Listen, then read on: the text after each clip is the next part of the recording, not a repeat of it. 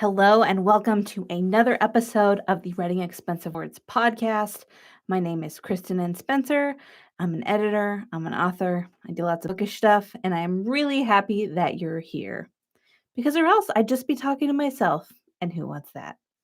All right, today we're going to talk about how to be creative without confusing or alienating your reader.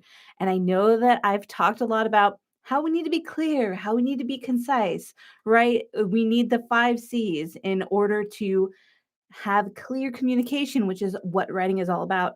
But today I want to talk about writing as an artistic endeavor because I had a little bit of a reading bump myself last week when I was listening to the audiobook for You Have Arrived at Your Destination by Amor, Towles, and I was really excited about it. I mean, like, I was super excited about it because Blake Crouch has been like really promoting Towles. I bought his book. It's like A Man in Moscow or something. I bought his book. It's sitting upstairs. The book cover was like the jacket was completely wrecked, thanks to Amazon. So I just threw that away. I should have sent it back, but I was being impatient, which I am impatient for good stories, right? Like I can't wait to dive into them. But I thought I would finish up the Forward collection, which is curated by Blake Crouch on Amazon before I start reading Tolle's book, like his full-on novel, which is long, it's thick. It's like the same thickness as Hail Mary by Andy Weir. So they're both kind of like battling in my heart right now to see like which one am I going to read first. But so when I was reading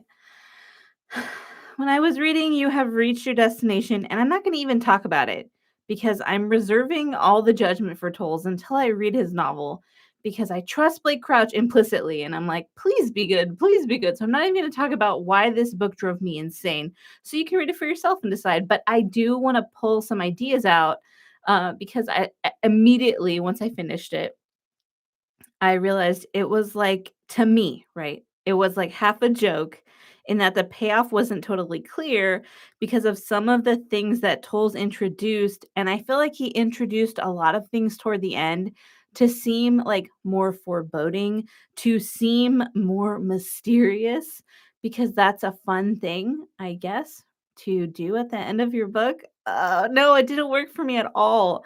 Right after I finished it, I wrote a mini rant on my phone, which I lovingly and not at all begrudgingly turned into this podcast. So, listen, I have been writing every day. I've been working on the medium.com writing contest, which you should enter. Just type medium.com writing challenge into Google, and it will bring you up, and you can win $50,000. Maybe that seems like a tiny amount of money to you, but like around here, that will buy half of a house, like a house that you could live in. So, of course, I'm entering, I'm doing my best, I'm writing every day, and it's an essay contest. So, you have to write basically about yourself, about your own life. And I Ugh, I couldn't help myself. In one of them, I just let myself be artistic. It's basically a story based on my husband and I kind of always fight the same way, and it ends up a lot of times like that he's doing dishes or that I'm doing dishes. I don't know. I don't think anything about the dishes triggers it because like my husband is the best helper when it comes to chores. Like, it's not like I'm mad he didn't do the dishes. I don't even load the dishwasher because I load it wrong, apparently. So I just let like my husband and my oldest daughter do it. They know how they want it loaded. And if I load it, they'll come and fix it. Fix it, air quotations. Uh, so it's not anything like that, but I don't know why. Like, we have, or if we go on a walk, sometimes we fight. Like, we just have like the most random fighty kind of moments.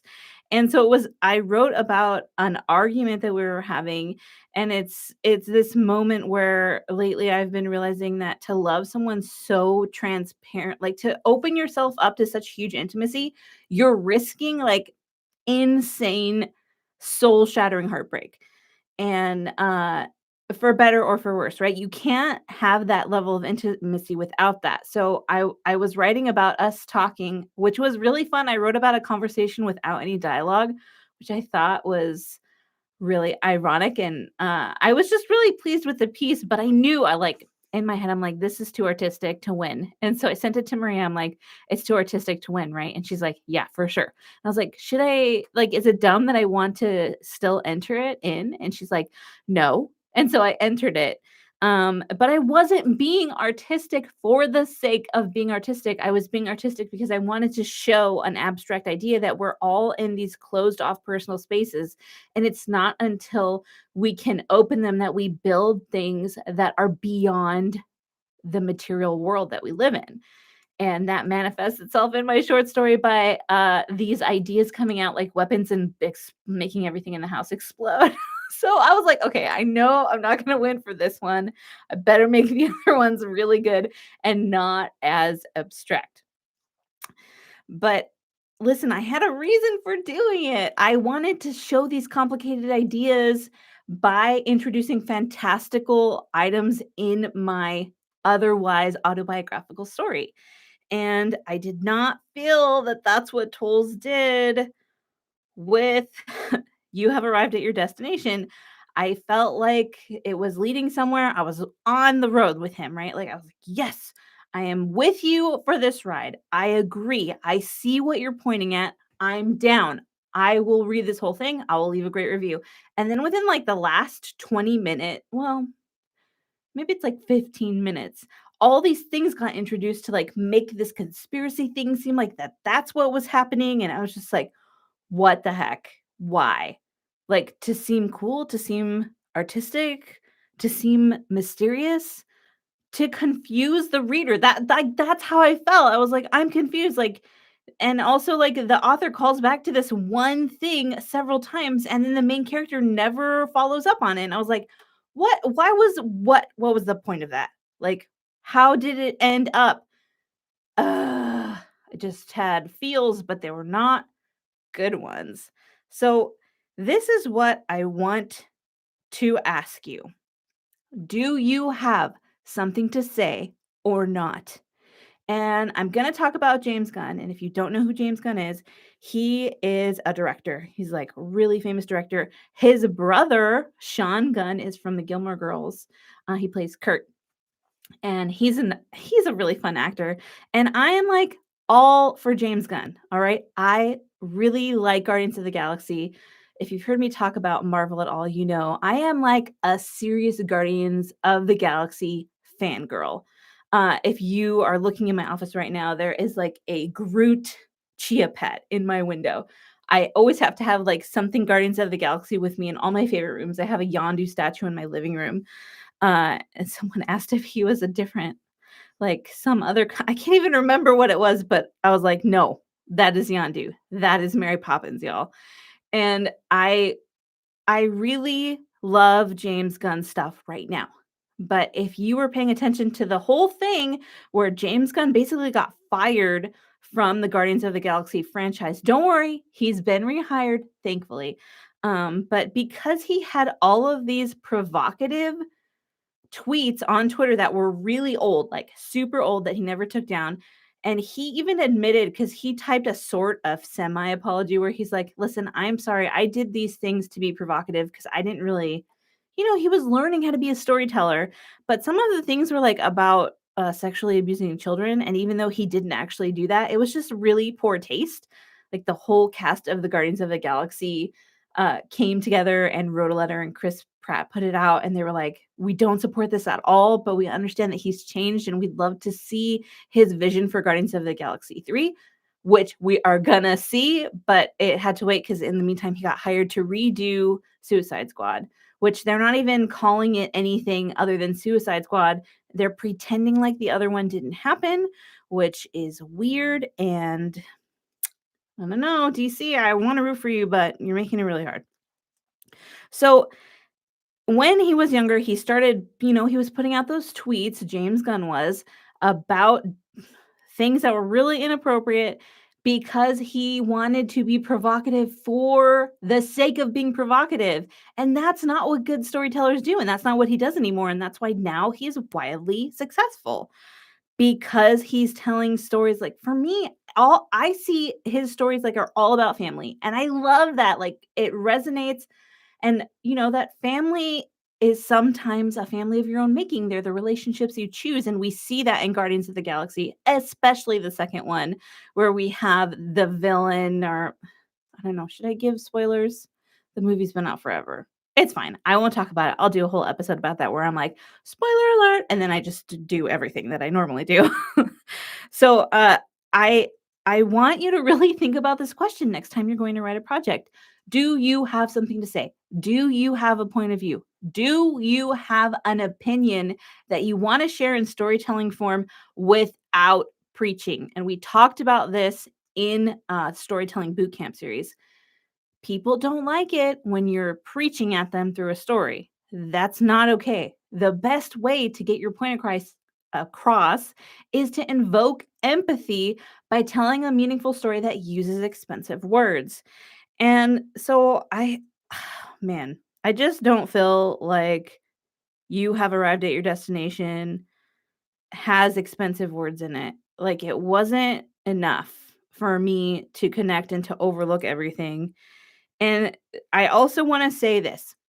If you have something to say, don't inch your way toward it for however many thousand words and then not say it. That drives me crazy, and it drives most readers, viewers, whatever crazy. And you might be asking, well, Kristen, what if I like seriously hint at it? And I have to talk about this. There's a VeggieTale video. Okay, my kids were really young when VeggieTales were like at the peak, right? When Jonah came out and all that stuff. And I love Phil Vischer. And if you haven't listened to his new podcast with Sky Jethani called The Holy Post, and you are a Jesus follower, you are missing out. The new one is great. I love it. My husband and I listen to it all the time. They talk about all these crazy things. It's just awesome. Um, so yeah, go listen to Holy Post if you're a Jesus follower. And if you're not, you could still listen to it and see, and you'll hear Bob the Tomato's voice. But so in the St. Nicholas movie, Larry the Cucumber comes out, and that one's set in Greece. So of course my whole family's like, yay! And people sent us, like, we had like 5 copies of it because they're all set in Greece where you live. And that's when we lived in Greece. Now we live in Pennsylvania. But so there's this one line that my husband and I always say to each other. And Larry the Cucumber, like at the end of like this recap that they're doing towards the beginning of the story, and he goes, "It's more of a European ending. We're left with more questions than answers." And so my husband and I always say that to each other. Like, if there's something that's not clear cut or just gone off the rails, we're like, it's more of a European ending. And we invoke the name of Larry the Cucumber. But don't do that on purpose. If it is obviously implied, if your ending is obviously implied, okay, I will give you a pass for that. Of course, you don't have to listen to me. I'm just telling you advice because I love you and I want your story to be amazing. Uh, but if you are like, I'm really obvious, Kristen, like there's no way that the reader could see this and not know it.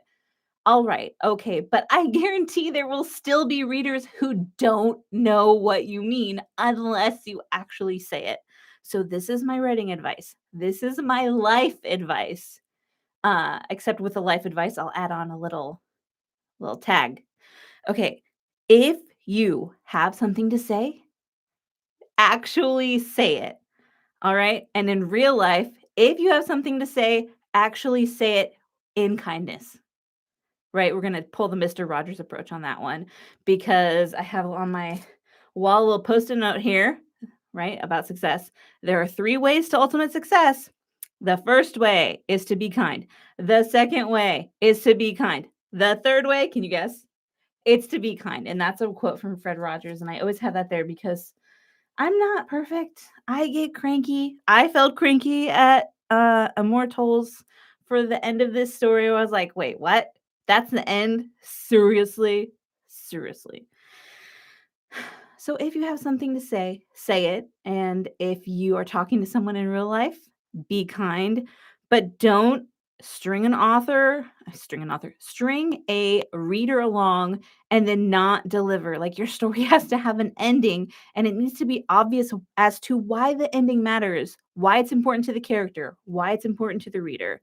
So the whole point of this episode is for me to tell you some friendly advice as a writer, stop playing hard to get. Stop being artistic just for the sake of being artistic and then saying, well, it's not my fault if the reader didn't get it. It's not my fault if they didn't follow the semi coherent clues that I left and then didn't end properly. It's your job to make sure they understand. That's the whole point of writing. That's why you need a copy editor. That's why you need a developmental editor sometimes. You have to make the story make sense. If it doesn't make sense, if it's too artistic or too mysterious, what other things did I write? Provocative, creepy, dangerous. If you just want it to have like a weird air about it, you can do it with a tone. Don't do it with the actual plot. That's like a major mistake that you're going to make. And that is how you are going to end up with readers mad at you. That's how you're going to end up with people who love stories being pissed off at you, which is how I felt at the end of You Have Arrived at Your Destination. But like I said, I'm reserving judgment. I want to read his full on novel and I trust Blake Crouch implicitly. So obviously Blake Crouch's story was really good, but I did, oh my gosh, you guys, I just finished the audiobook for another short story in the Forward series on Amazon, called Emergency Skin by N.K. Jemisin. I think that's her name. It's covering her name in this. But oh, it was so good. I loved it. I absolutely loved it. I definitely recommend you read that one. I'm sure I'll do a whole episode about it because it was pure awesome. It was everything that a fiction fan like me, a science fiction like nerd like me, would love.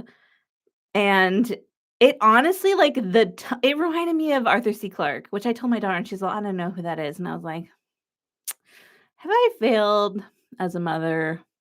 But then I realized, like, my daughter doesn't really like science fiction that much, and so I told her, "Well, either you're gonna like science fiction and you'll learn who he is, or you just won't like science fiction and you won't care who he is." And I didn't say anything after that, but it made my heart break just a little tiny bit because Arthur C. Clarke, obviously amazing, but yeah, Emergency Skin, I highly recommend it. Ooh, it was good. It was really good. So what are you doing sitting around here listening to this? Like, go write something and stop playing hard to get. As always, it is never too late to write the story of your heart.